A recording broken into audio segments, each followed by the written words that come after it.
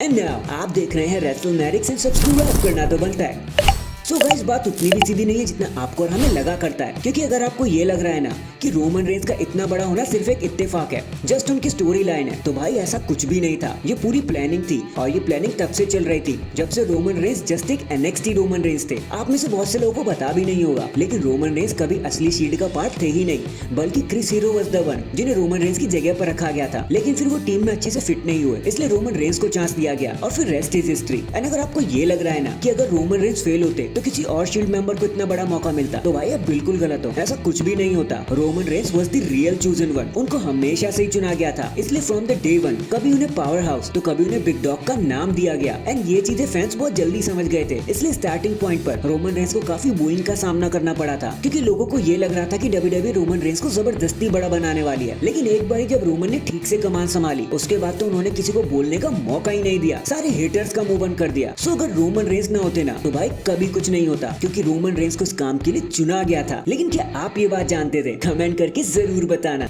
तो गाइस ये बात है अनफॉरगिवन 2006 की, जहां Edge and John Cena lockup हुए थे फॉर द WWE चैंपियनशिप के लिए। वो भी एक मेन इवेंट लैडर मैच था। वो ये उस ईयर दोनों की राइवलरी का क्लाइमैक्स भी था। एंड अगर सीना यहाँ पर हार जाते ना तो उन्हें हमेशा के लिए मंडे नाइट रॉ को छोड़ देना पड़ता। बट फॉर्चुनेटली कह लो या अनफॉर्चुनेटली, जॉन सीना उस मैच को बड़ी आसानी से जीत गए और बन गए न्यू WWE चैंपियन एज को हरा के। और ये वही मैच था जहाँ पर जॉन सीना ने एज को डबल टेबल पर पटक दिया था, वो भी लैडर के ऊपर से। अब आप कहोगे कि यार सब कुछ ठीक है, तो जॉन सीना नाराज ही क्यों हुए? तो यार असल में देखो बात ये है कि जॉन सीना एज को हराना ही नहीं चाहते थे, क्योंकि पहला रीजन तो ये था कि उस ईयर अनफॉरगिवन एज के होम टाउन कनाडा में ही हो रहा था, तो सीना चाहते थे कि वो नहीं बल्कि एक होम टाउन हीरो ही जीते। और दूसरी बात ये थी कि अगर सीना हार भी जाते ना तो उन्हें इमीडिएटली स्मैकडाउन पर भेज दिया जाता और वहां पर वो वर्ल्ड चैंपियन बन जाते और हमें सीना का फाइनल एक हील टर्न देखने को मिलता। बट दोनों ही प्लान्स विंस मैकमैन ने एकदम से स्क्रैप कर दिए एंड इसी वजह से जॉन सीना जीत कर भी खुश नहीं हुए।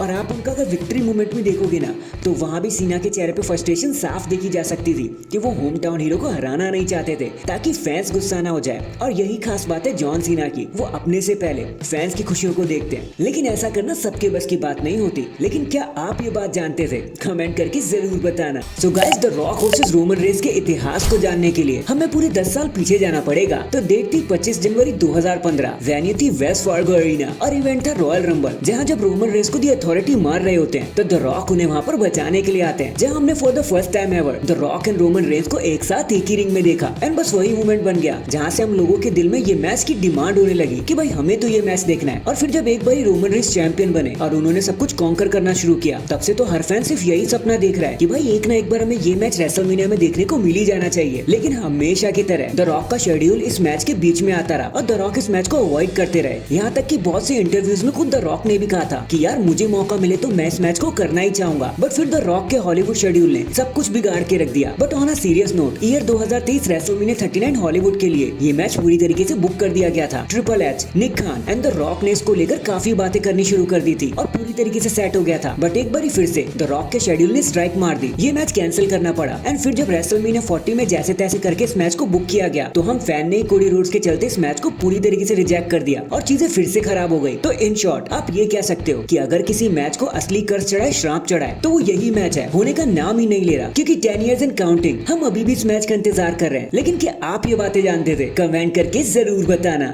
वेल गाइस, आज सभी की पहली पसंद होने वाले जॉन सीना के साथ सब कुछ उतना भी आसान नहीं था जितना आपको और हमको लगता है। आज भी हम फैंस को जरा भी नहीं पता कि जॉन सीना को अपने अर्ली लाइफ में कितने रिजेक्शन को फेस करना पड़ा था। तो एक्चुअली में चीजें शुरू होती है जॉन सीना की अर्ली लाइफ से, जहाँ सन 2002 के अराउंड उन्होंने अपना लेजेंडरी डेब्यूट किया था। कुछ ही समय में उनका कैरेक्टर टर्न डाउन कर दिया गया। फैंस भी कुछ ज्यादा एक्साइटेड नहीं हो रहे थे उनके लिए। वो तो शुक्र है स्टेफनी मैकमैन का कि उन्होंने जॉन सीना को बस में रैप करते हुए देख लिया, वरना तो जॉन सीना 2002 की एंडिंग में ही रिलीज कर दिए जाते। ये तो स्टेफनी थी जिन्होंने जॉन सीना को डॉक्टर एंड थग नामक सा कैरेक्टर प्ले करने को दिया और उसके बाद तो रेस्ट इज हिस्ट्री। तो हमें स्टेफनी का शुक्रिया करना चाहिए। फिर जब जॉन सीना की गाड़ी एक बार ही ट्रैक पर आने ही लगी थी तो फिर 2006 के अराउंड हमने फिर उन्हें रिजेक्ट करना शुरू कर दिया। एक तो फैंस जॉन सीना के साथ फिर से कनेक्ट नहीं कर पा रहे थे, ऊपर से रेसलमेनिया 22 में जब उन्होंने ट्रिपल एच को मेन इवेंट में हराया तो उससे तो फैंस को अलग ही गुस्सा आ गया। एंड इसी गलती को ठीक करने के लिए सीना वर्सेस ट्रिपल एच का का पार्ट 2 भी रेसलमेनिया 23 में डिसाइड किया गया था, बट फिर ट्रिपल एच इंजर्ड हो गए और रेस्ट इज हिस्ट्री। जिसके बाद जॉन सीना ने बहुत कोशिश करी, एक के बाद एक इंस्टेंट क्लासिक देने शुरू कर दिए उन्होंने हमें, जिसके बाद ही उन्होंने फैंस के दिल में जगह बनाई और हमने उन्हें बेशुमार प्यार दिया। तो इफ यू थिंक कि जॉन सीना के लिए सब कुछ आसान ही रहा, सब कुछ उनके हाथ में मिल गया, तो भाई ऐसा कुछ भी नहीं था। उन्होंने बहुत मेहनत करी है। तो क्या आप ये बात जानते थे? कमेंट करके जरूर बताना। एंड अगर चैनल पर नए हैं तो चैनल को अभी लाइक एंड सब्सक्राइब कर दो। बाकी मैं मिलता हूँ आपसे किसी और अपडेट के साथ। तब तक के लिए अपना ख्याल रखें और खुश रहें।